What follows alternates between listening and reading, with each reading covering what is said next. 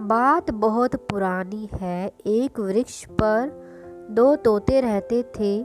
तेज आंधी में दोनों बिछड़ गए। एक तोता चोरों की बस्ती में और दूसरा ऋषियों के आश्रम में पहुंच गया।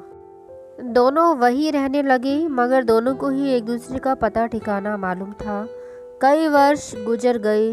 एक दिन मगध के राजा शिकार के लिए निकले। वह चोरों की बस्ती ही के एक सरोवर के किनारे आराम करने लगे। इतने में किसी की कर्कश वाणी सुनकर उनकी नींद टूट गई। वह आवाज एक तोते की थी जो बोल रहा था, अरे कोई है? इस आदमी के पास बहुत धन है। यह गले में मोतियों और हीरो की माला पहने हुए है। इसकी गर्दन दबाकर मोतियों की माला निकाल लो और लाश को झाड़ी में गाड़ दो। किसी को भी पता नहीं चलेगा। तोते को मनुष्य की तरह बोलते देखकर राजा एकाएक डर गया। वह आगे चल दिया। आगे ऋषियों का आश्रम था। वह आश्रम में पहुंचा। उस समय ऋषि मुनि भिक्षा लेने के लिए गए हुए थे।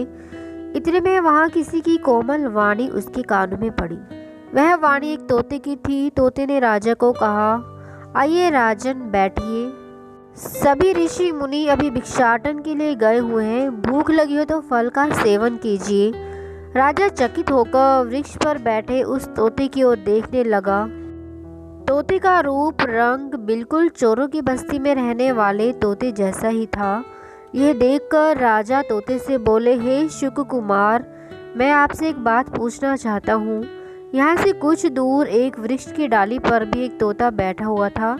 वह बिल्कुल तुम्हारे जैसा था, किंतु उसमें तुम्हारे समान गुण नहीं थे। क्या तुम उसे जानते हो? यह सुनकर उस तोते ने कहा कि वह मेरा सगा भाई है।